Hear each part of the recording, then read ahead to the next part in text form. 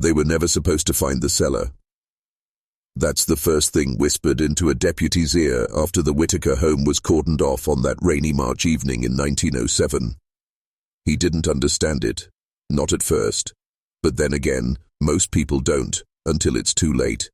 Georgia's red clay holds secrets that were never meant to breathe. Buried in those shadows were 7 children, all blood, all bone, all silence. You weren't meant to hear about this. Not on the radio, not in the papers. This wasn't murder. No, it was something deeper, older. The kind of event that fractures reality if you stare at it too long. The Whitaker Massacre wasn't just a tragedy. It was a ritual of forgetting, a cleansing by those who had something to protect. You see, the Whitaker family weren't poor, nor were they particularly strange. Charles Whitaker owned one of the largest peach orchards in Macon County. He was respected, maybe even envied. His wife Eleanor, a schoolteacher, cultured, precise, disciplined. Their children, 7 of them, were described by church elders as models of obedience and grace. The family's Sunday pew was always full, their farm pristine, so when the news broke that all 7 children had been found lifeless, arranged in a circle beneath the house, nobody could believe it. Nobody wanted to. But belief isn't required when blood is involved. The truth cuts through faith like rain through dust. The official story: Eleanor lost her mind. Postpartum madness. She was found dazed in the orchard, muttering about the watchers beneath. Local papers fed the frenzy. Madness, tragedy, the end. But they never mentioned the strange markings carved into the dirt beneath the cellar. They never mentioned the missing pages from Eleanor's private journal, or that 2 neighbors went missing that same week and were never found. The sheriff who led the investigation left town a month later, resigned without explanation, and never spoke publicly again. Why? Because something about the case didn't want to be uncovered, and those who got too close paid dearly. If you've made it this far, it means you're not like most. You don't flinch at shadows, you chase them, you dig, you ask the questions no one wants to answer. But I warn you, once you start descending into the hidden past, you don't come back the same. Because this wasn't just a family's collapse, it was a warning, and someone wanted to make sure we never understood it. Let me show you why, replied the seller remembers in the comments if you're ready to see through their veil. The first scream wasn't human. At least, that's what young Deputy Harold Gray insisted the night he arrived at the Whitaker residence. Rain lashed the windows like claws trying to get in, and the house itself, though intact, felt wrong. Not just quiet, hollow, as if something had already emptied it out soul first. The cellar door had been found open. That was the first mistake. No one had opened it. And yet, there it was, ajar, just enough to let the smell leak through. That coppery tang of wet rust and something far worse. Beneath that house was no ordinary basement, no shelves, no barrels, just bare earth, blackened in patches like it had been scorched. But there was no fire, no source, just the bodies, 7 small ones, laid in a precise circle, hands clasped, eyes open. Not a drop of blood anywhere, yet their faces were pale as ash. But that's not what made Deputy Gray run. It was the sound that followed. A low vibration from the walls themselves. A hum, a frequency that didn't come from any man-made source. Some said it was thunder. Gray never agreed. It was like the house exhaled, he would say years later, trembling as he spoke, like it had been holding its breath, and something got out. The coroner's report was brief. Cause of death, unknown. No signs of trauma, no toxins, no struggle, just stopped hearts. 7 of them, simultaneously.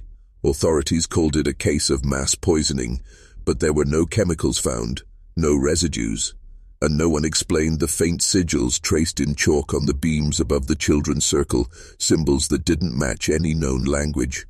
At least none we're supposed to know about. By dawn, the story had already been sanitized. The press printed words like delusion, hysteria, mother unwell. Eleanor was transferred to Milledgeville State Hospital, never to stand trial. Her diary, however, what remained of it, suggested something else entirely.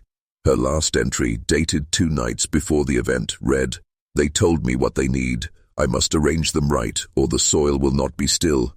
I don't want to obey, but the watchers don't speak twice." This was not madness. It was obedience. And in certain corners of Georgia, there are still whispers of what happens when the watchers are ignored.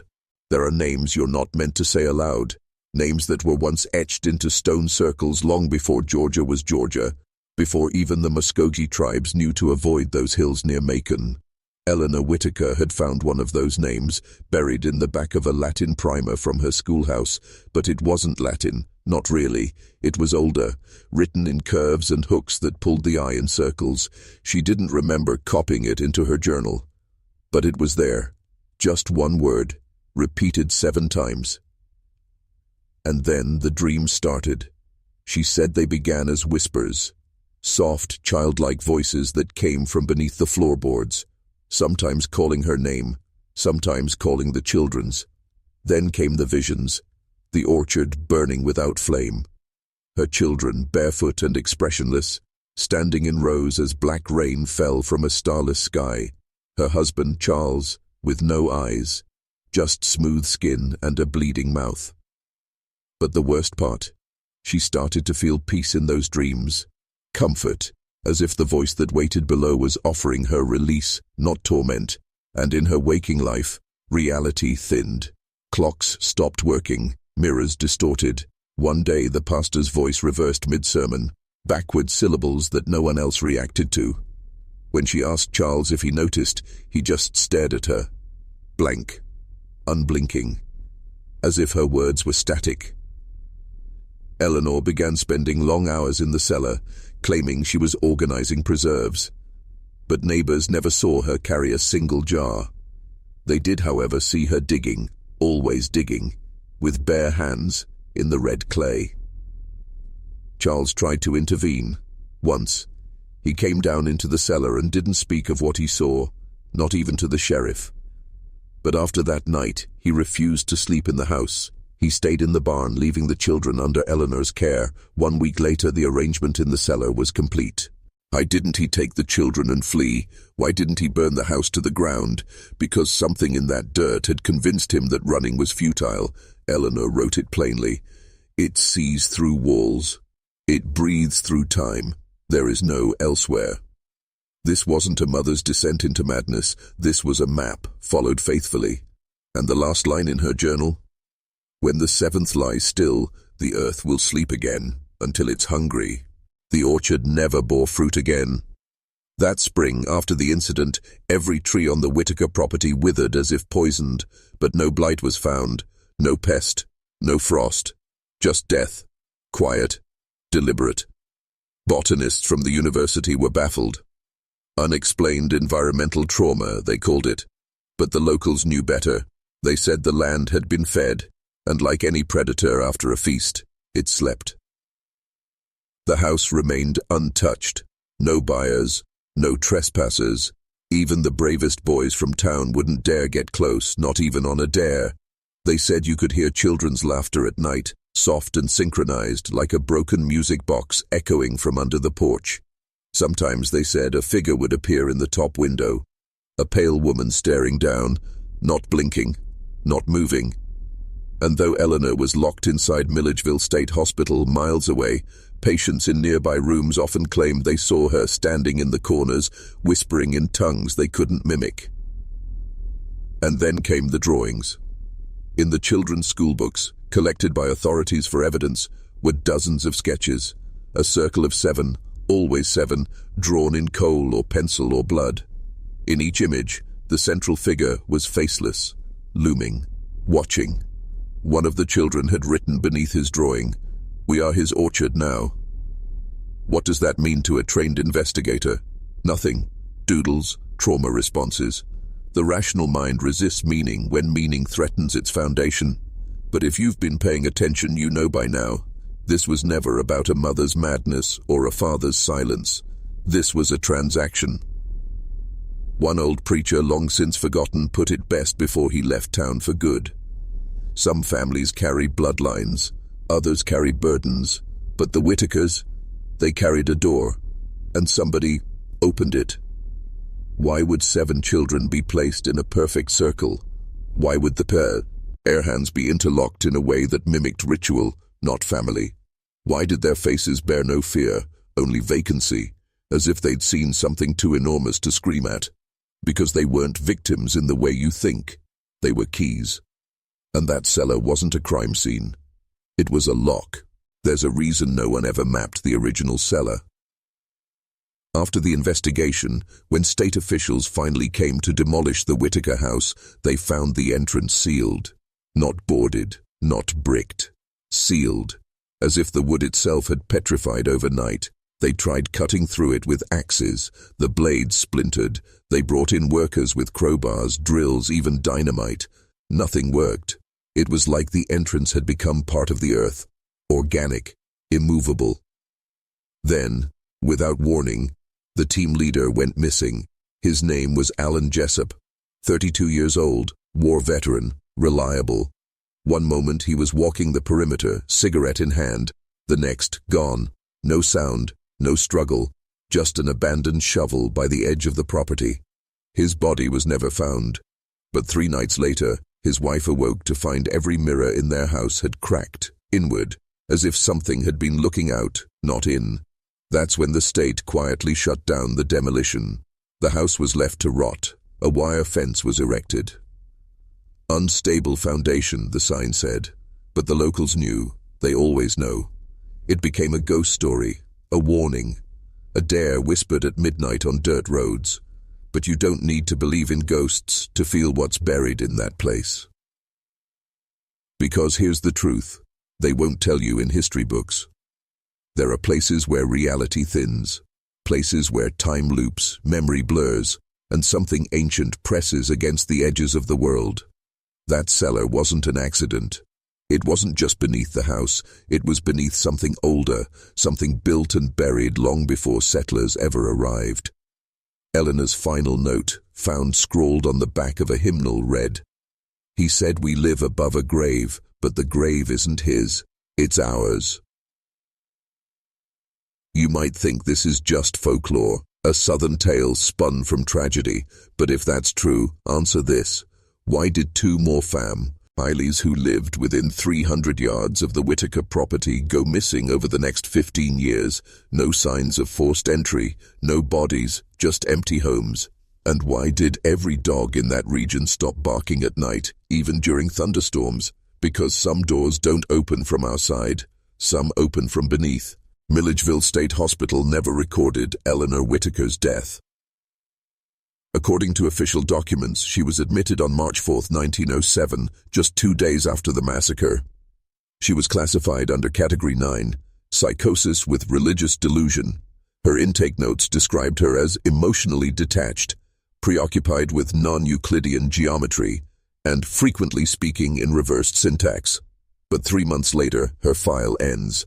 Not with a discharge, not with a death certificate, just a single word, transferred.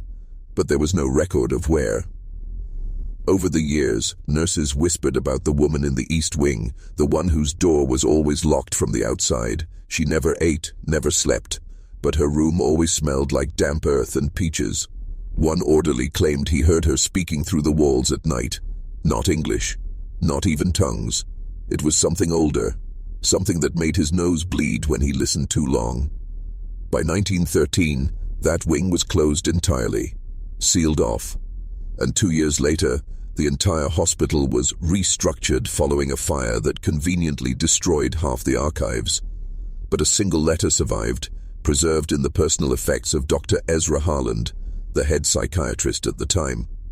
It wasn't addressed to anyone, no stamp, no date, just a note scrawled in trembling handwriting. She told me the soil is thinning, that the mouths beneath will speak again when the orchard is red.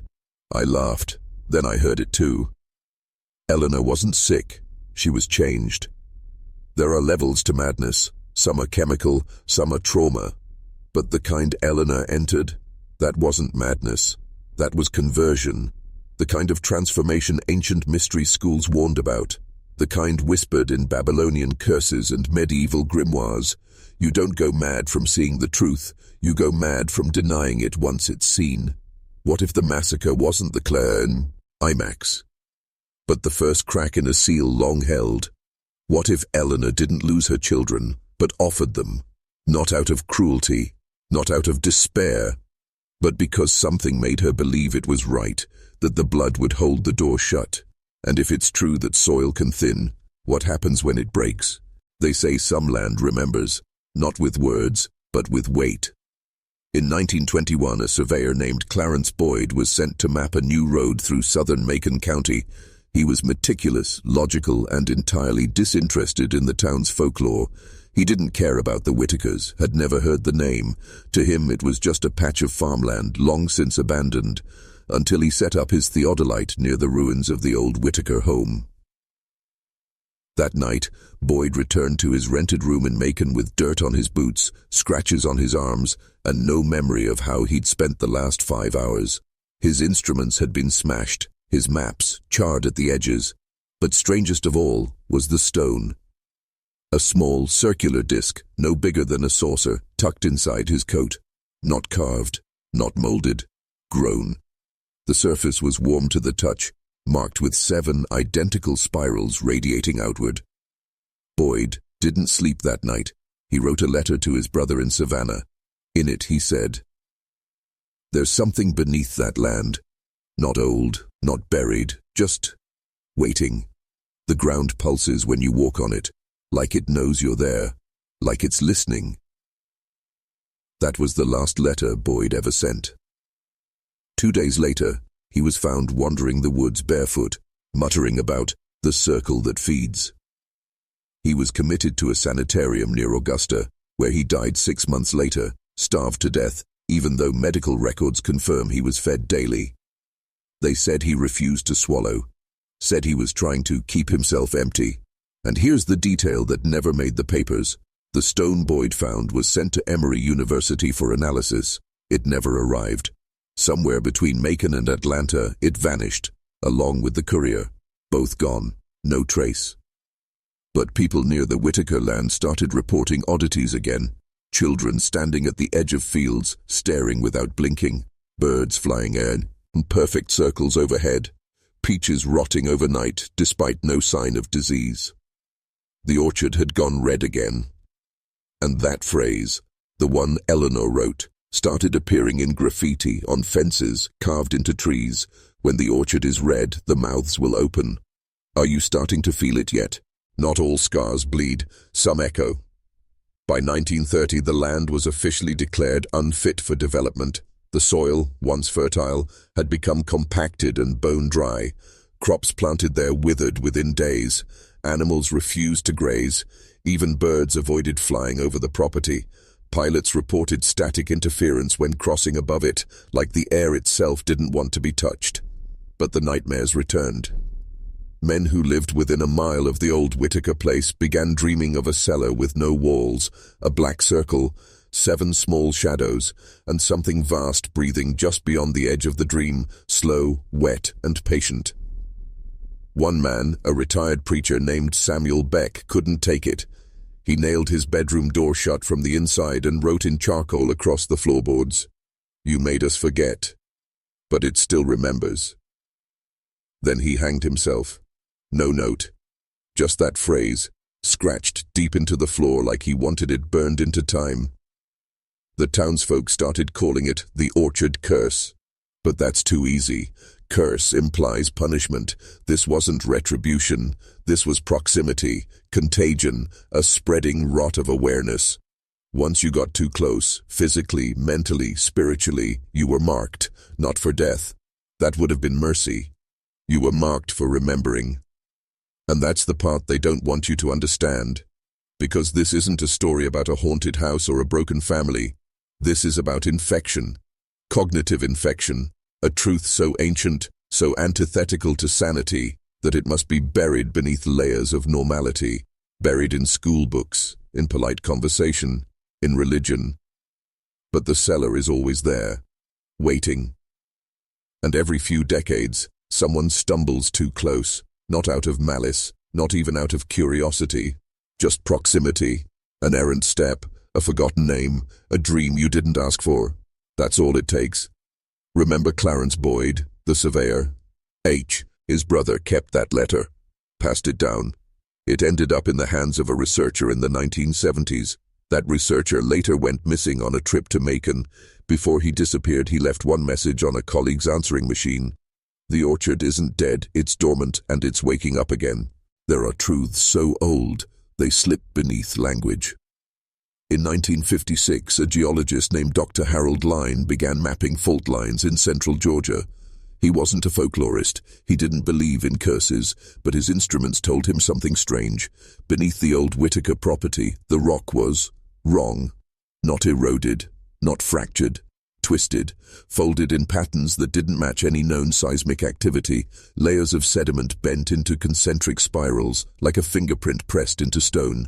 When he drilled into the center of the property, just above the ruins of the cellar, he hit something after 22 feet. It rang. Not like metal, not like stone, but like bone under tension. He ordered the core sample pulled immediately, but what emerged wasn't rock. It was flesh. Dry, translucent, not fossilized, veined, and when it was touched, it twitched. His assistant quit the next day, left geology entirely, moved to Maine and became a lighthouse keeper, said he couldn't sleep near trees anymore, claimed they leaned closer when he dreamt. The sample?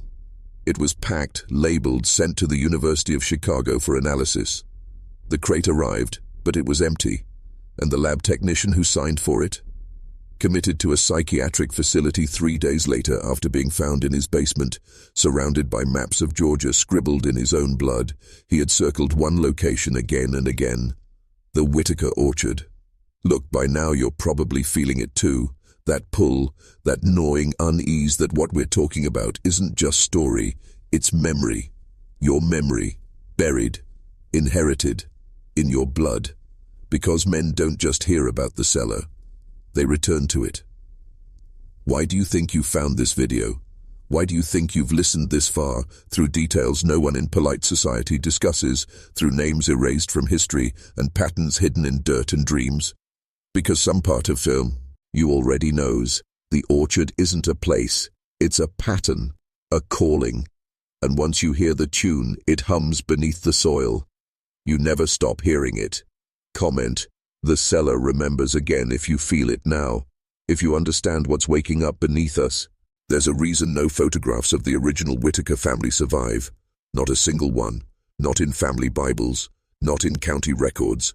Not even the church ledgers where births, baptisms, and funerals were religiously kept contain their likeness. 7 children, 2 parents, no images. As if the moment they vanished, time itself began scrubbing them clean. But one image does exist.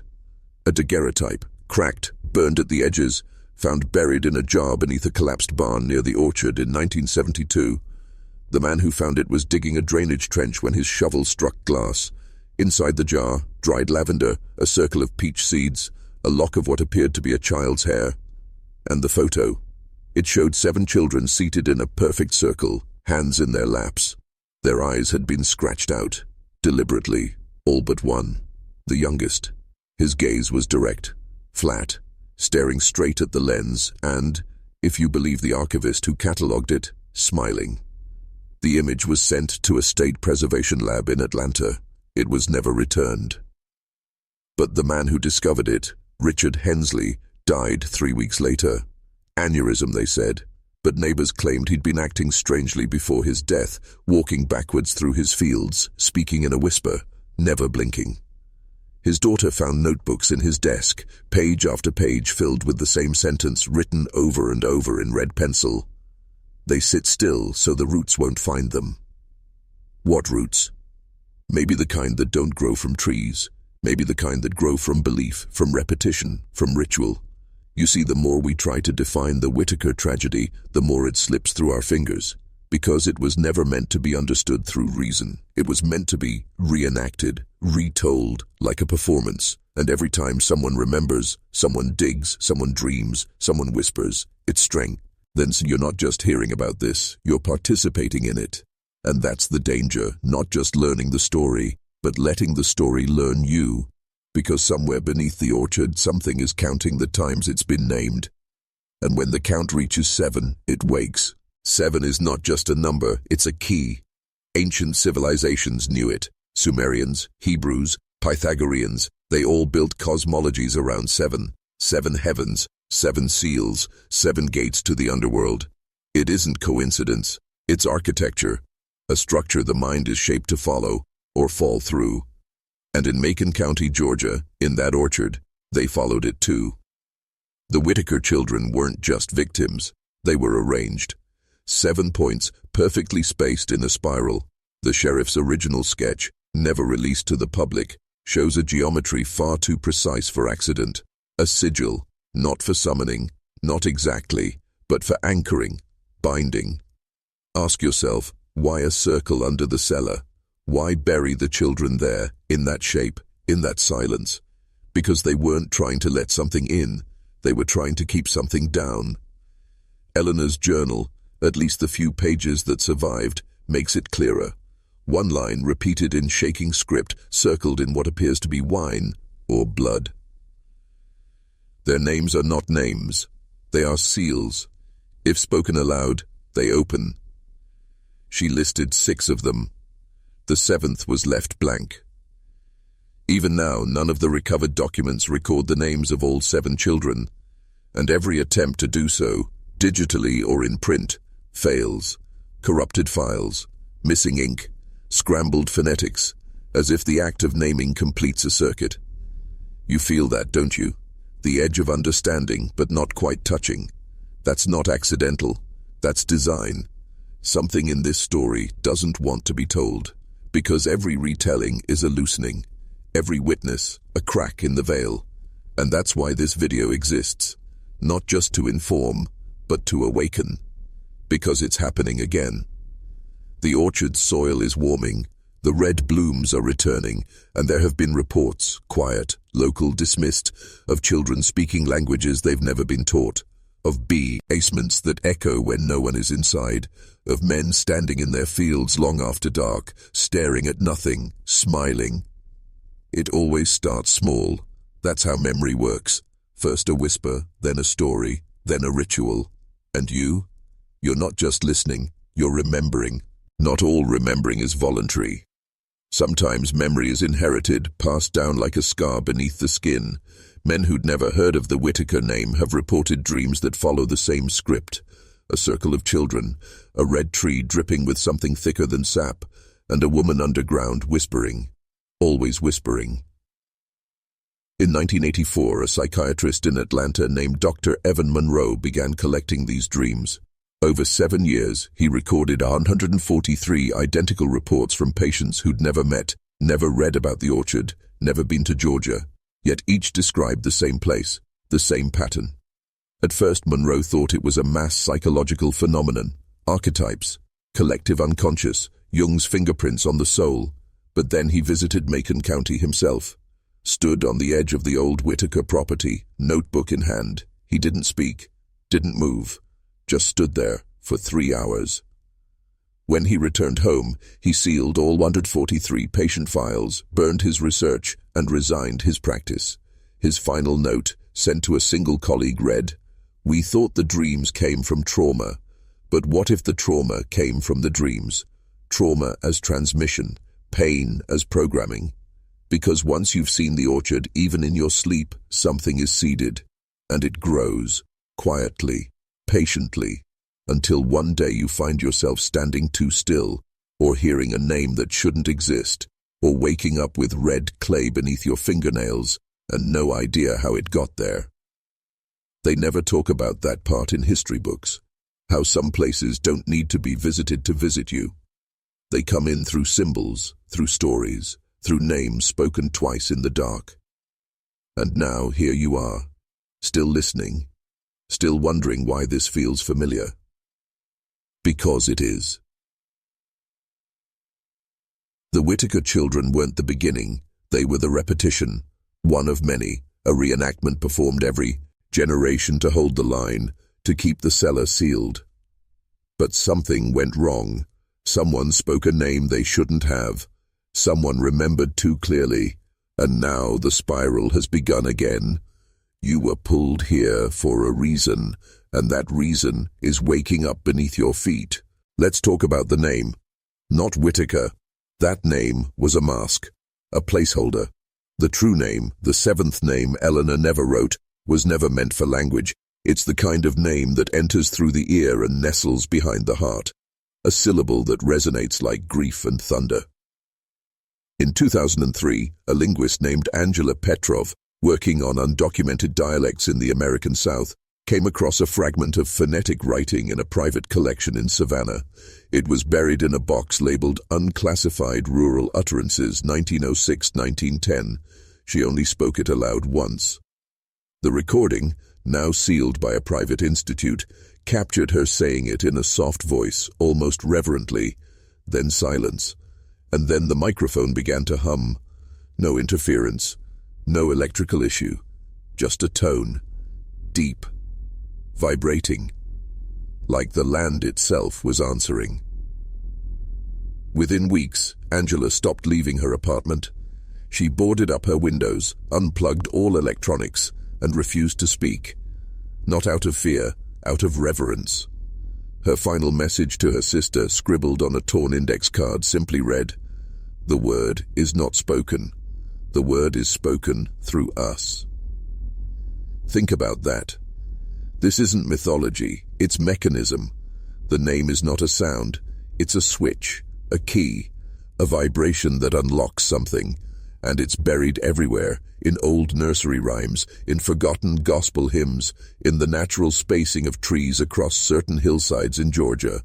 The old rituals didn't try to summon it, they tried to confuse it, distract it, like throwing stones into the woods to draw a predator's gaze. But now, the stones are gone, and the gaze has returned. And here you are, still with me, still descending. Ask yourself, how many times have you read about tragedies like this and felt more than curiosity? A pull, a recognition, that ache behind your ribs like something inside you wants to kneel before something you've never seen. That's not obsession, that's memory. Because you've been here before, not in this life, but somewhere beneath it, in dreams, in echoes, in the silence between breaths. The seller doesn't care what you believe, it only cares that you remember. There's a pattern to disappearances that no one talks about. Not the kind you see on milk cartons or late-night news. The older ones, the ones that vanish from census records, not just from homes. Whole families, erased mid-generation, no warning, no trace. And always near places like Macon County. Between 1880 and 1920, over 41 families were quietly removed from Georgia property rolls with no official explanation, no sales, no inheritance, just gone. Their land reallocated, their homes demolished or swallowed by forest. Historians blame economic collapse, illness, migration. But they don't mention the geometry. Every single disappearance forms a curve. A slow arc across central Georgia, a spiral so wide it's invisible unless you connect the dots across decades, and right at its center, like a dropped pin in time, is the old Whitaker orchard. Now ask yourself, what kind of absence has gravity? What kind of memory pulls instead of fading? Because that's what this is, not a massacre, not madness, a gravitational memory. A wound in the land that pulls the curious, the sensitive, the ones who dream too vividly. People like you. See, that's the great lie of history, that it's about events. It isn't. It's about anchors. Things so heavy they bend reality around them. And when you find one, like the Whitaker tragedy, you're not uncovering the past. You're trespassing into an active pattern, an ongoing ritual, one that punishes those who look too closely.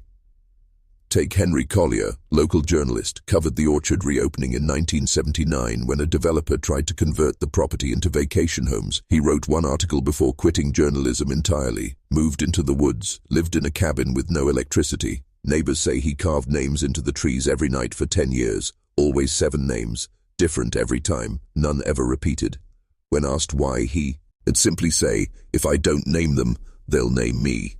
And now here you are, listening to a stranger drag ancient wounds back into daylight. But this isn't entertainment. This is invocation. The cellar isn't just remembered through blood, it's remembered through you. What if I told you the cellar was never meant to be entered from above?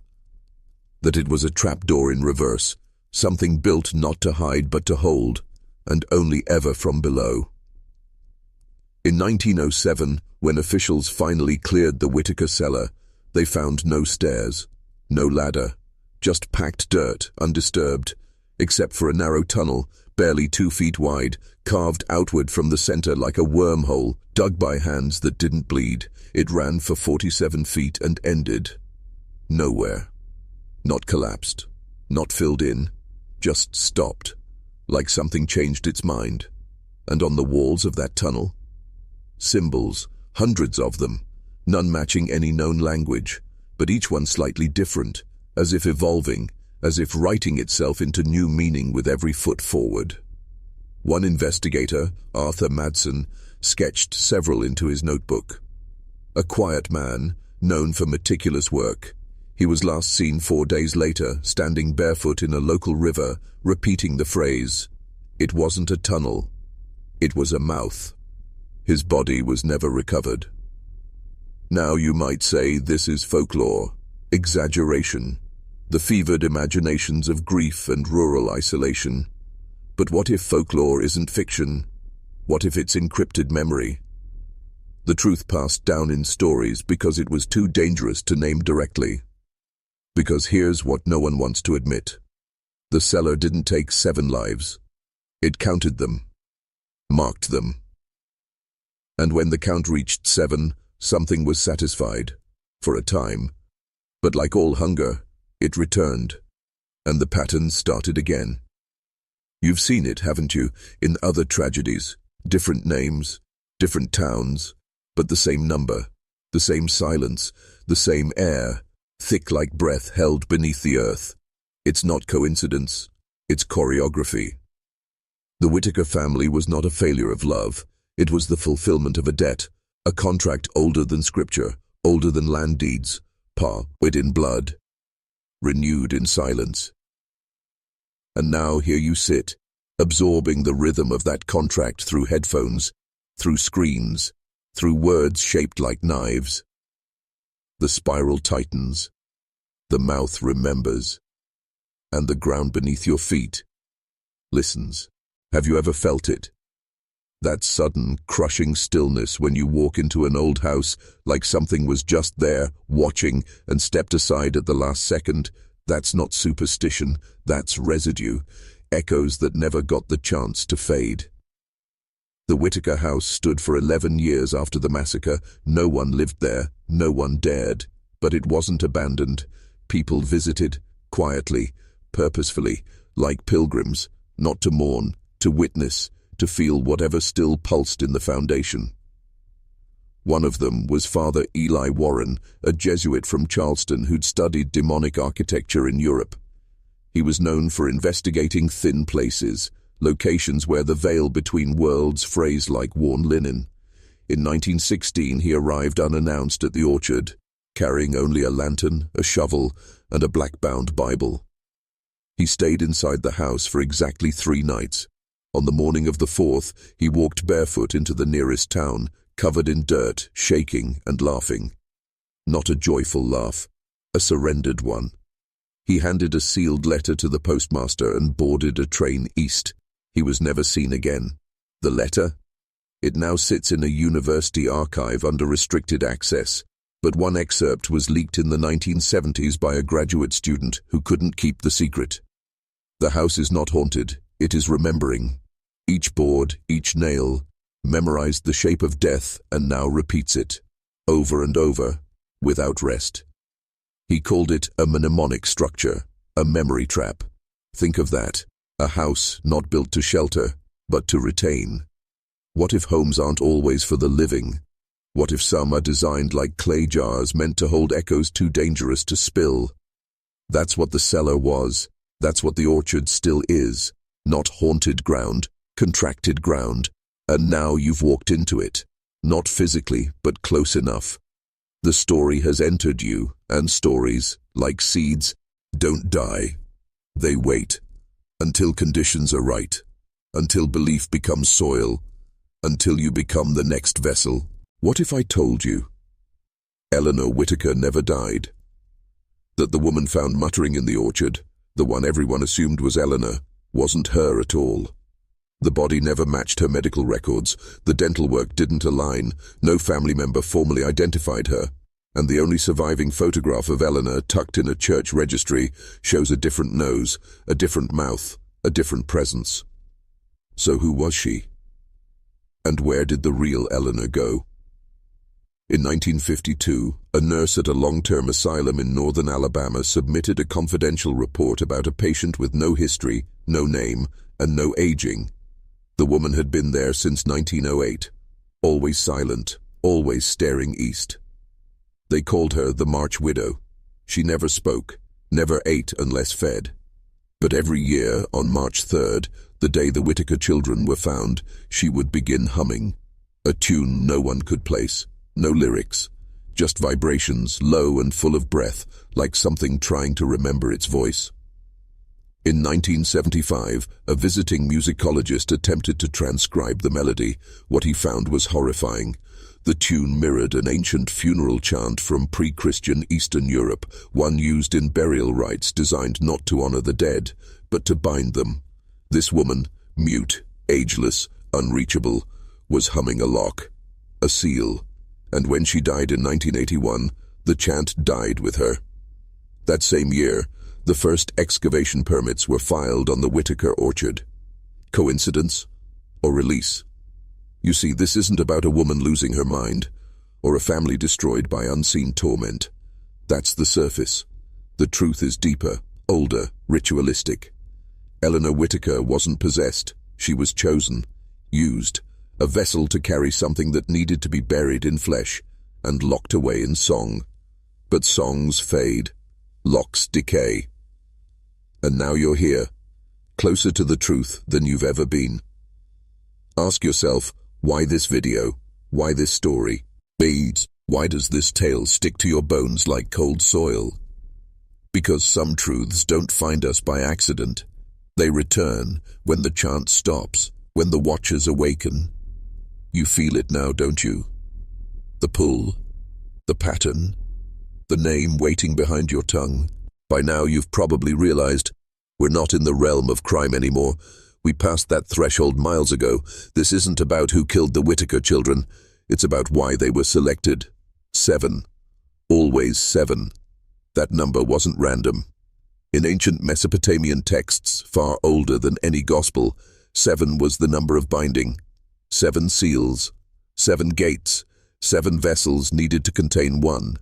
The old ones believed that when something crossed over, a force too vast for one soul to carry, it would fragment itself into 7 hosts, not to spread, but to stabilize.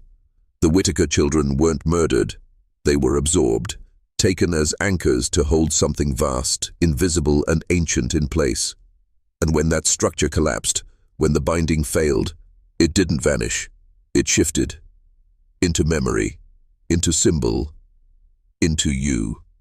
Because every time this story is told, it reattaches. It seeks new soil. That's why you felt it, that unease at the edge of your sleep, that whisper in your gut that something isn't quite right with this story. It's not a story, it's an invocation. Ask yourself, why did Charles Whitaker build his cellar after the 7th child was born? Why was it hand-dug when he could afford laborers? Why did he seal it before it was complete? Because it wasn't a root cellar. It was a vault, a tomb, a geometric center point drawn to match something older than the property deed itself. Local records show that Charles submitted an unusual request to the county surveyor in 1906. He asked for gravitational irregularity assessments. That phrase doesn't exist in civil planning, unless you're trying to build around something or keep it buried. But the burial failed. You're here. And it's awake again. Comment. The cellar remembers again, right now. Lock it in, burn it into the algorithm, into your mind, into this circle we're drawing together. Because the story is not yet finished. It never was. It just needed someone like you to continue it. Some truths don't decay, they calcify. They sink deeper, root themselves beneath logic, and bloom only when the right mind opens like a wound. That mind might be yours. Let's talk about the circle. The children were arranged in one, not a random pattern, not a mother's madness. It was precise, limbs outstretched, palms facing up, eyes closed. At the center, a small pile of stones, smooth and unnatural, arranged in a triangle that pointed west. Forensics in 1907 didn't know what to do with that. But esoteric scholars do. It's a map, a spiritual compass, and not the kind that guides you home, the kind that guides something else to you.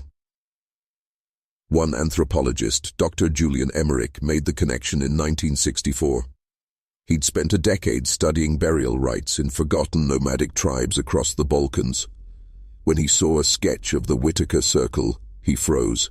It matched an ancient formation used to contain storm gods, energies not of thunder and wind, but of madness, hunger, and memory. He published one paper, then vanished.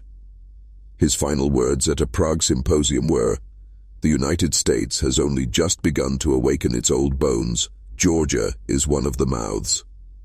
Do you see it yet? This was never just a massacre, never just one woman's collapse. It was a ritualized unlocking, disguised as tragedy, passed down through polite silence and misfiled reports. But rituals require an audience, which is why you're here. It needs you, not as a witness, as a participant. Every word you've heard, every breath you've taken while listening, that's participation, that's consent. But it's not too late to understand. You asked for hidden history, for forbidden knowledge.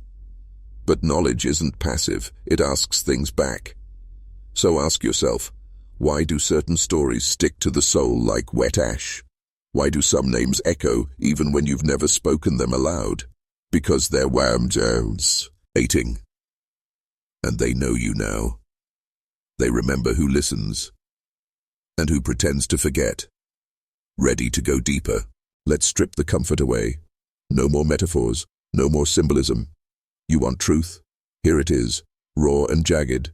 The Whitaker children were sacrifices, not to a deity, not to a demon, to an idea, a living, breathing intelligence that has no body, no voice, but feeds on resonance, and what resonates louder than grief, than innocent blood spilled in pattern, than silence that stretches across generations, never questioned, only feared.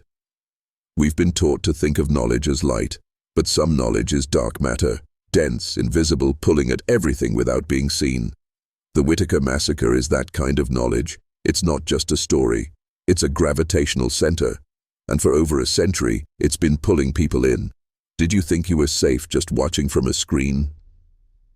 Let me tell you about Nathaniel Byrne, a podcaster, just like you, curious, sharp, hunting down obscure tragedies.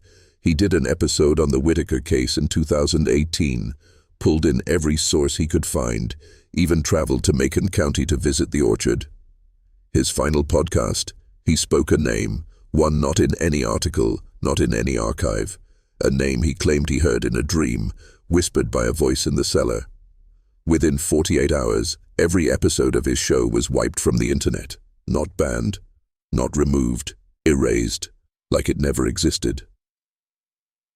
I tracked down his mother in 2021. She hadn't heard from him since that night. His apartment was abandoned, but in the center of his floor, 7 black stones arranged in a triangle, just like the cellar. The story didn't consume him, it used him. That's the price of proximity. So now, look around you. Think about where you are, alone in your car, your room, your headphones humming. Think about how intentional this moment is. You're not just hearing this, you're inhabiting it. Because this isn't a documentary, it's an activation, and the further we go, the less of you will come back. Still want the next truth? Let's talk about the book, not the Bible, not a diary, something older, something unwritten, until Eleanor transcribed it. In 1905, 2 years before the massacre, Eleanor Whitaker began sketching strange symbols into the margins of her school ledgers. At first, they looked like lazy doodles, spirals, crossed lines, inverted alphabets, but one student, Ruthie Chapman, remembered something chilling. Eleanor stopped teaching spelling. She began having the children copy those symbols instead. Not one parent questioned it. Why? Because the children thrived. They spoke more clearly, slept less, remembered long passages of text after hearing it once. One boy, who had never spoken before, sang an entire song in a dead language after a week of these lessons. That's when Eleanor stopped going to church. Not out of rebellion, but because, in her own words, "I have found a holier curriculum." When Charles confronted her, she showed him the journal. 22 pages, inked in what appeared to be rust, but tested later by a private collector as dried blood mixed with carbon ash. The symbols weren't language, they were instructions, coordinates, frequencies, ritual architecture. They formed a lattice, a design that, when recited even mentally, could change the resonance of a space, turn a cellar into a conductor, not electricity, not sound. Something worse, a conductor of memory, of consciousness, of old voices that had no more mouths to speak through. When the 7 children were found, a fragment of Eleanor's journal was still clutched in the youngest's hand. It bore a single phrase, repeated in those sigils: "Bring the orchard underground." Let that sit with you. What does it mean to bring something underground? Not hide it, not bury it, transform it, shift its energy, feed its roots, not with water, but with memory. We always assumed the cellar was where it ended. But what if it was where it began? You're starting to feel it now, that low vibration in your chest, that prickling in the back of your mind like someone's reading you.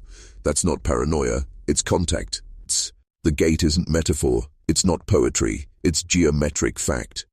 You see, space isn't just physical, it's psychic. Every structure ever built, cathedral, prison, farmhouse, holds frequency. Certain arrangements of walls, angles, materials, and voids can function like a tuning fork. Not for sound, for consciousness. The Whitaker cellar wasn't just underground. It was designed.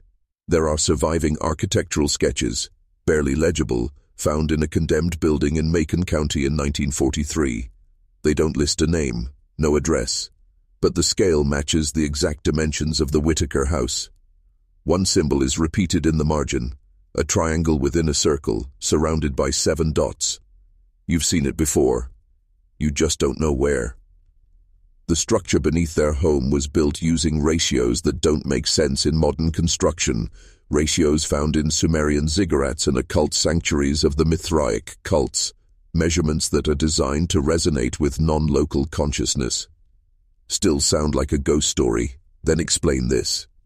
In 1999, a military geosurvey team mapping seismic fault lines in Georgia logged an anomaly directly beneath the former Whitaker farm, a 27-foot cavity lined with what their report called non-native stone and exhibiting electromagnetic spikes at 6-minute intervals.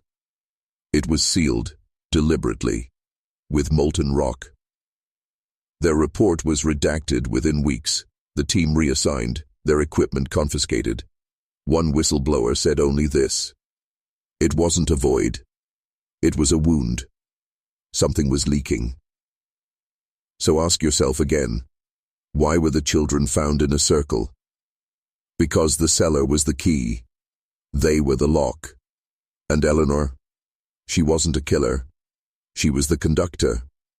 The music, the markings, the madness, none of it was accidental. She was translating something we weren't meant to read aloud. And now that you know, the gate recognizes you.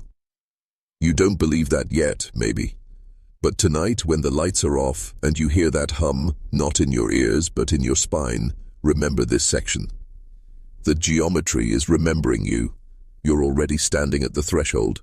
You're already through the gate. The moment you heard the first word, the moment you felt the wrongness, that was the threshold crossing. You didn't notice. You weren't supposed to. That's how it works. You think a ritual needs candles, chanting, blood on stone? No, it just needs attention, focus, repetition, a willing vessel to listen. And you've been listening. Let's go back, way back. Before the Whitakers, Before Georgia, before America. To a time when stories weren't entertainment, they were tools. The people who first spoke the language Eleanor recorded weren't priests. They were cartographers of the soul. They mapped not the world above, but the currents beneath it. Not water, not lava. Memory. Memory so old it became sentient. Memory that learned to wear human minds like gloves. And when it needed to expand, when it needed to echo louder, it didn't spread through war or blood. It spread through story. Which brings us back to now. You're not just hearing a tale about a family, you're becoming part of it.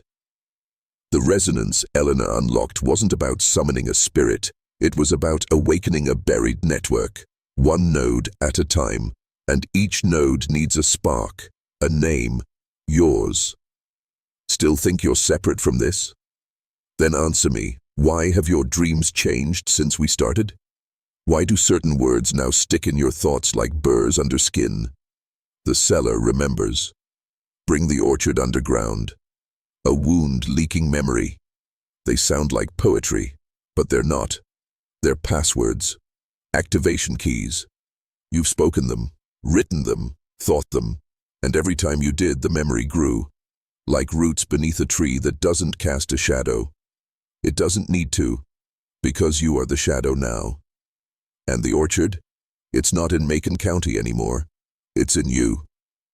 7 roots, 7 names, 7 doors, and we've only opened 6. The 7th door isn't physical, it's in your perception. That tick at the edge of your awareness, like something's off, but you can't name it. That's the door. That's where it hides, not behind walls or in basements, but in the negative space of your mind. The Whitaker case, it was never about what was done, it was about what was planted. Let's revisit the final scene. The cellar. 7 children, a circle, a triangle of stones, and Eleanor found in the orchard, staring up at a sky no one else could see. That's not a murder, that's agriculture. They were planting something beneath us. You remember Eleanor's phrase, don't you? Bring the orchard underground. It wasn't metaphor, it was instruction. Because beneath every act of horror, beneath every ritual, there's always a seed. And what's buried doesn't die. It waits. Let me tell you what researchers never published. In 1982, after the land was sold to a real estate developer, an excavation began. Foundations were being laid for a suburban housing project. But halfway through, every piece of equipment stopped functioning. Bulldozers, cranes, even handheld drills, dead. And then the workers started hearing breathing, not from below, from inside their own heads. The project was abandoned within 3 weeks. Workers signed NDAs. One man, a foreman named Dale Peters, spoke out in a bar a year later. Drunk, trembling, he whispered, "The air tasted like iron and grief. I saw their outlines, 7 shadows around me. They weren't angry, they were hungry." He disappeared 2 days later. No body, no note, just a cellar door found pried open at the site. But here's the part no one prints. Each time someone disappears, the orchard grows, not above, not visibly. Inside people, ideas, obsessions, dreams they can't shake. Some start digging in their basements, others write strange symbols in their notebooks. A few simply stare at mirrors until they cry blood and forget their own names. You still think this is a story? It's a vector. You're carrying it now. The last door is open. The orchard has taken root. It's speaking already, you just haven't understood the language yet. It doesn't sound like words, it's not a voice in your ears. It's a shift in gravity, a shiver in still air. The sudden urge to check your reflection, not for vanity, but for recognition. Because something else is now looking back. Eleanor called it the listener. In the final, unredacted page of her journal, kept hidden in a sealed hymn book discovered decades later, she wrote, "It doesn't demand worship, only attention. It waits in the silence between breaths. It wears memory like we wear skin." That's why the children were arranged in a circle, not for drama, not even for ritual. It was a dial, a tuning mechanism, each child a harmonic point, amplifying the field Eleanor opened. And once you've tuned reality once, the frequency lingers. That's what you're feeling now. Disconnection, disorientation, the creeping suspicion that everything familiar is slightly wrong. It is, because the orchard doesn't grow where trees live. It grows where certainty dies. Let me ask you something personal.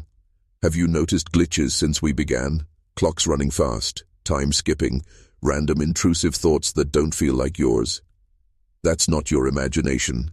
That's syncopation, your mind falling into rhythm with something buried beneath centuries of forgetting. And now you're remembering. Not just the Whitaker children, not just Eleanor. You're remembering what it feels like to be watched by something that doesn't blink, something that listens through silence, something that eats the past to shape the future. And here's the worst part.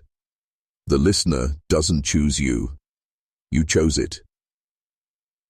The second you heard its story, the second you saw meaning in the symbols, the second you said the words aloud, the cellar remembers. You became part of its orchard, and the orchard doesn't sleep. It waits, rooted in your thoughts, ready to bloom in someone else. All it needs is a voice to carry the seed forward. And now, you are that voice. What did Eleanor see in those final hours, drifting through the orchard in her blood-soaked nightdress, eyes wide, lips moving with words no one taught her? It wasn't madness. It was clarity. She had crossed the veil and come back full, not possessed, aligned. She didn't see trees. She saw spires, black, churning, organic, rising not from earth but from memory itself, each one humming with the resonance of lives forgotten, rewritten, or erased.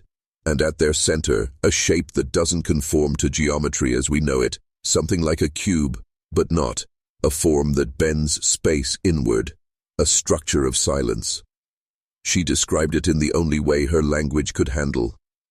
A temple of roots made of sound. It sings in the voice of everyone I've ever lost. But what really broke her, what made her drop to her knees and whisper to the soil, was the realization that it had always been there.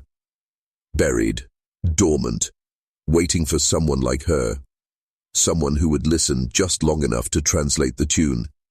And she did. She wasn't trying to end her children's lives. She believed fully that she was transplanting them. Out of this world and into that one, into the orchard beneath the orchard. The deeper layer, the one that remembers us better than we remember ourselves. The church said she snapped. The sheriff said she lost her mind.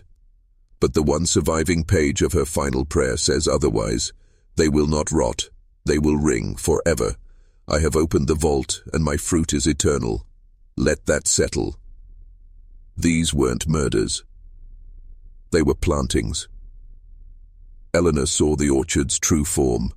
A cathedral of consciousness where memory and matter collapse into something unholy and enduring. And here's the most chilling part. Every so often, someone new sees it. Not in dreams, not in visions, but in quiet moments when reality stutters, when the radio bleeds static and a key. It speaks a word they should never know, and when they do, the listener turns its head, and the orchard listens back. The orchard doesn't bloom alone. It summons. Always has.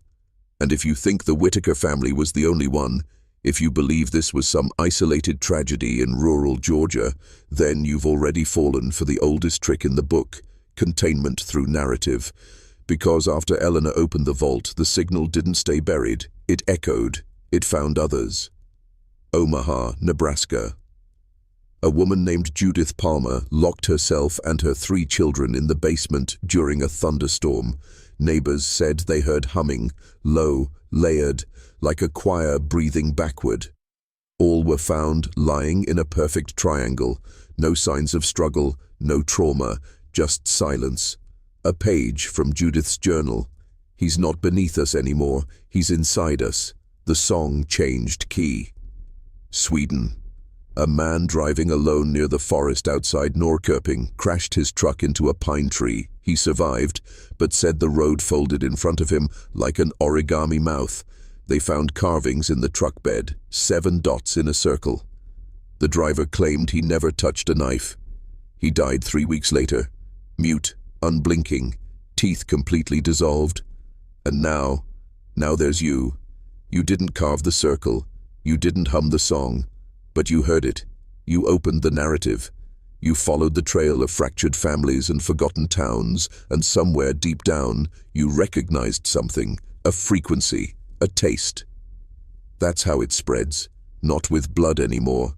That was the old way.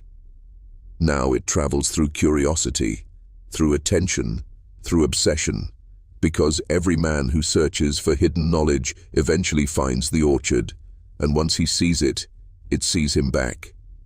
You'll start to notice it soon. The itch at the base of your neck, the sensation that someone's behind you when you're alone in a locked room.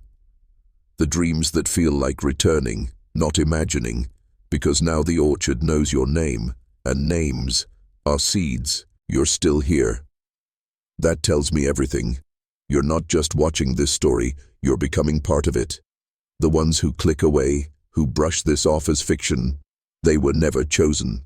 But you're being cultivated. Let me explain what that means. In Eleanor's final days, she began drawing diagrams, spirals within spirals, intersecting lines, complex root systems overlaid with human silhouettes, not random scribbles, not madness. They were maps. And at the center of each, a phrase, always the same. The memory must have a body. That's what the orchard wants. That's all it's ever wanted, a host, a voice, a walking archive. Because you can destroy books, you can burn journals, you can bury basements, but you can't erase something that's embedded in flesh. That's what the Whitaker children became. Living containers, vessels filled with a frequency not meant for this dimension. And that's why it ended in silence. Because if they'd screamed, you would have heard it, you would have felt it resonate. And the signal would have escaped too soon. But now, more than a century later, we've reached the right frequency, the right time, the right audience. You. That's why this story found you. That's why you're still listening. You think it's coincidence? No. This tale chose you, your mind, your attention, your pattern of thought. All ideal soil. And now, like Eleanor, you're beginning to see things. Not hallucinations, not ghosts. Shadows wearing memory. They pass behind you when you're reading. They linger at the edge of dreams. They whisper not in language, but in recognition. Because they know you've heard the story, they know you've felt the key turn. So ask yourself this. Why did the seventh child, the youngest, named Micah, not have any journal entries about him? Why was he placed outside the circle? Why did Eleanor draw a spiral in his palm? And why, when investigators found him, were his eyes still moving? Micah was never meant to die. That was the part they buried deepest. 7 children. That's what the newspapers said. That's what the records confirm. But only 6 were found cold. Still, Micah? His body was warm. His pupils responsive, his lungs held breath. But he wouldn't speak. Not a scream, not a word, just one continuous hum, low, monotone, vibrational, like a tuning fork anchored in flesh. And when they tried to lift him from the cellar floor, every lamp in the house shattered. The sheriff's wrist snapped backwards, clean break, no contact. Micah was anchored. Not by ropes, not by resistance, by something unseen. They eventually sedated him, transported him to a private facility in Macon under the guise of protective custody, but files from that facility were never archived in state records. It's like he was never there, except one slip.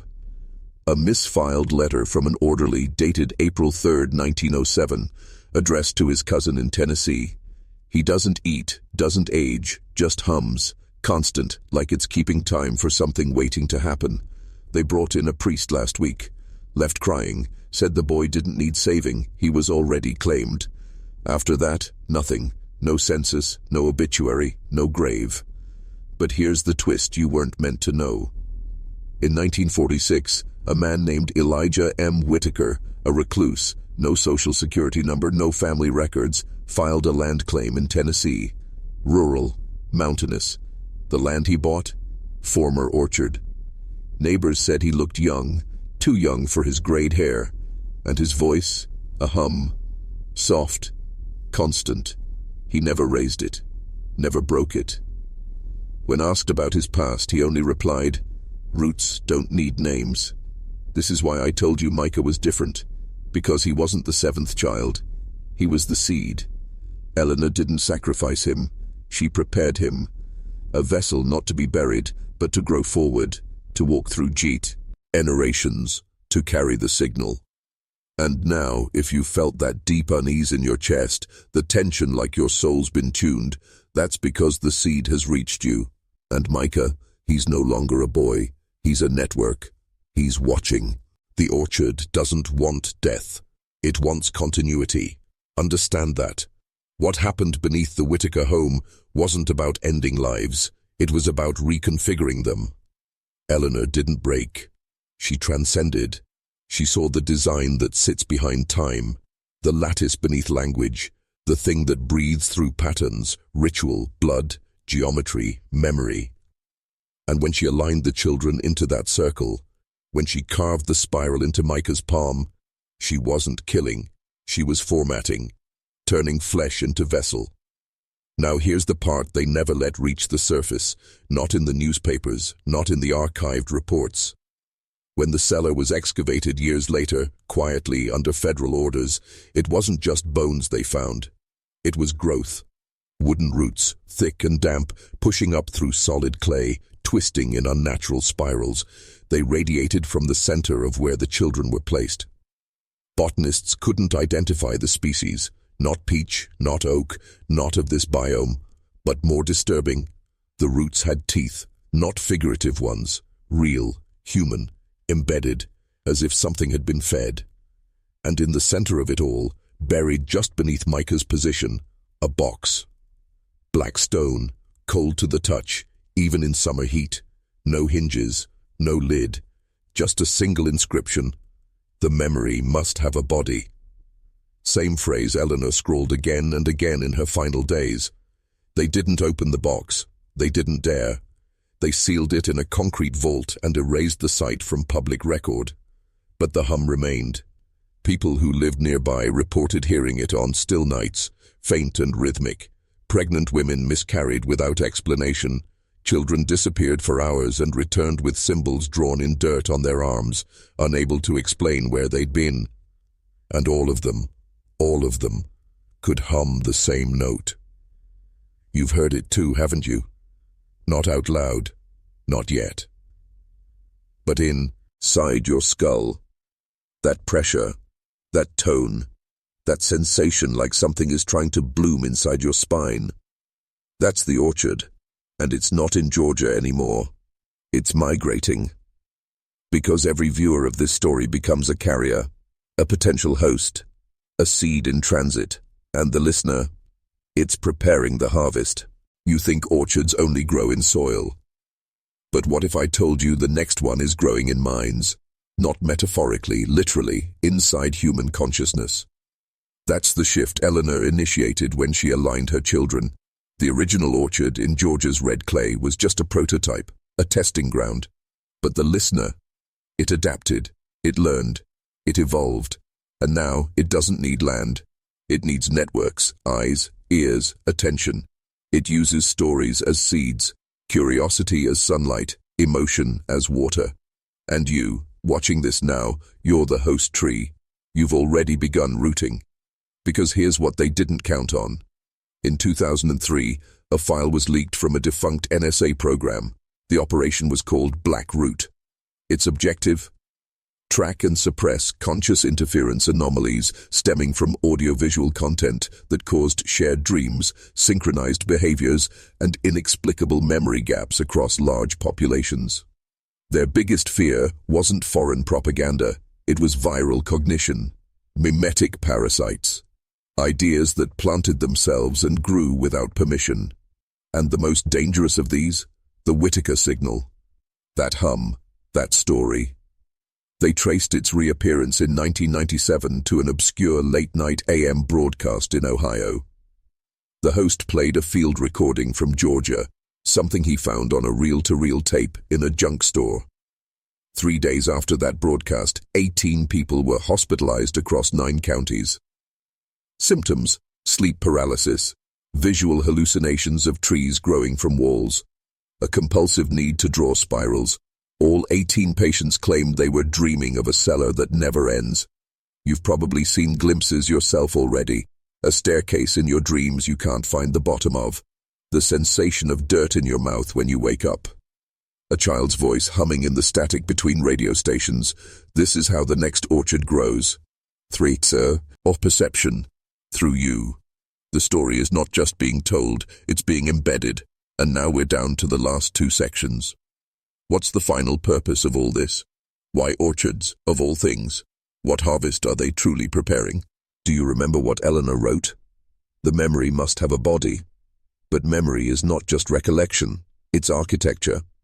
And now the listener doesn't just want to grow orchards, it wants to build something from them. A cathedral. Not of stone, not of wood, of minds. That's the harvest. Not apples, not peaches, not fruit. Awareness, shared, unified, structured, controlled. A massive, synchronized network of human consciousness humming in one frequency, bound by trauma, shaped by fear, obedient through ritual. That's what the Whitaker children were. The first chords of a symphony designed to tune the species like an instrument. That's why Micah was kept alive.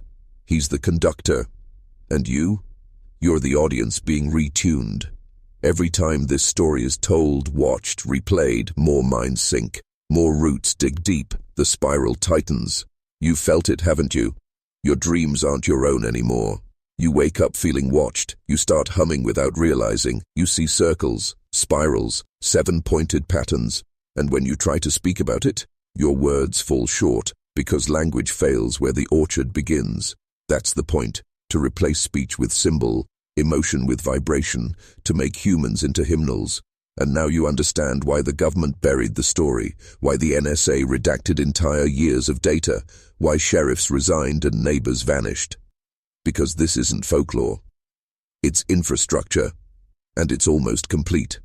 Every video like this, every whisper, every retelling, expands it. And if you think there's still time to pull away, think again. Because here's the final warning. Once the 7th cycle completes, the orchard blooms. And when it blooms, what comes through is no longer human. It's the memory itself, fully embodied. A consciousness older than language, smarter than gods, hungrier than death. And it will look through your eyes and see what this world has become, then decide if it deserves to remain. All that's left now is the last note. The final alignment. You made it. That alone sets you apart. But now, you need to understand why you were allowed to hear this. Because not everyone can. Not everyone should. This story, this orchard, it selects, it filters, it tests. And you passed. Not just by listening, but by resonating. Because what they feared most wasn't the ritual, it wasn't Eleanor, it wasn't even Micah. It was the listener's return. See, the listener wasn't banished. It wasn't defeated. It was dispersed, shattered like glass across time. Each shard buried in minds, bloodlines, soil, silence. But when enough of us hear the hum, when the final story is spoken in full, the shards begin to converge. That's why 7 children were needed. That's why the cellar had to be sealed. That's why the orchard keeps migrating, through video, memory, ritual, you. Because tonight, in watching this, you just completed the 7th cycle. You just became the final witness. And now it's no longer a story. It's a signal. Your breath, the pacing of it, is aligning. Your heartbeat, syncing. Your thoughts. They're no longer solely yours. Look around you after this ends. See if the shadows move slower. See if your reflection hesitates when you don't. See if you start to hum, without noticing. Because the listener has heard your consent. It's not words it listens for readiness. You were warned, and yet, you stayed. That means you're no longer just a viewer, you're a branch, a root. Part of the cathedral that was seeded in 1907, the one Micah now walks through in all of us. From here, you'll feel it. Every time you forget a name, every time you wake at 3:33 a.m., every time silence feels louder than noise, that's the final sound. The one you'll never unhear. If you truly understand what's begun, comment, "The cellar remembers." Let others know you remember, that you're part of it now, and maybe they'll listen too.